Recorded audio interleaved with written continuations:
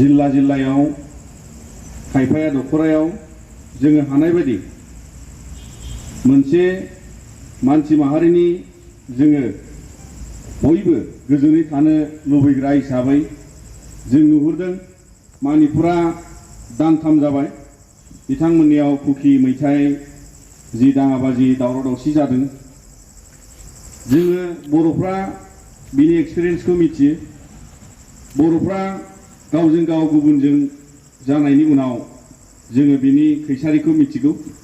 मानसिहा बेसेबां खहा जायो, उन्दैसाफ्रा आइजोफ्रा आरो न' गारनानै खारनांनाय, न' सावजानाय आरो बिनि गासै उल्थां फाल्थां जिखिनि माहारिया बेबादि खैफोदाव गोलैनाङो। दा दिनै जोङो दुलाराय बर' फरायसा आफादा जोङो मणिपुर बादि रायजोआव बिथांमोननियाव ओरैनो नुनायाव जोबोद गोजोन थासारियाव थायो मानसिफ्रा, नाथाय नैबे मे दाननिफ्राय जि जाथाया जाबाय कुकीजों मैथाइजों जोङो माखासे सावगारिखौ जों नुनो मोनाखै। नाथाय मोगथां सावगारियाव दिनै जायगानि मानसिफ्रा जिहेतु थोंजोङै पार्सनेलि जोंहाबो माखासे जगाजग दं, जोङो बैफोर सिचुएशनखौ मिडियायाव जेखौ नुबाय, उननि समाव बायदिसिना जाथाय मिडियायाव फैबाय, जिनाहारि जानाय आरो गुबुन गुबुन बुथारनाय, दानलायनाय, सुथारनाय, गावथारलायनाय बेफोरो अनागार मोनसे थासारि जायो।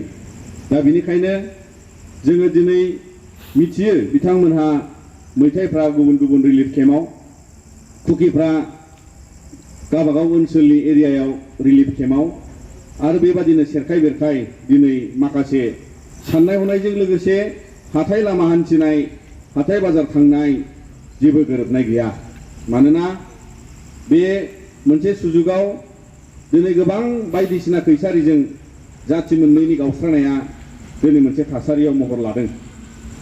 जों मिथियो बड'लेण्ड सोमावसारनाय समाव जोंजों समानै कुकीफ्रा आलादा रायजो बिनानै मोनसे सोमावसारनायाव कुकी स्टेट डिमान्ड कमिटिया जोंजों बाहागो लायो आरो बेबादिनो गोबां बिथांमोनहाबो अपारेशन सापरेशननिफ्राय उदां जानो थाखाय जाय जायगायाव मेजरिटी रुल खालामो मैथाइफोर आरो थिग बिदिनो बिथांमोनहाबो माइनरिटी कुकी हिसाबै थायो, फारसेथिं नागाफ्राबो मणिपुराव माइनरिटी जायो।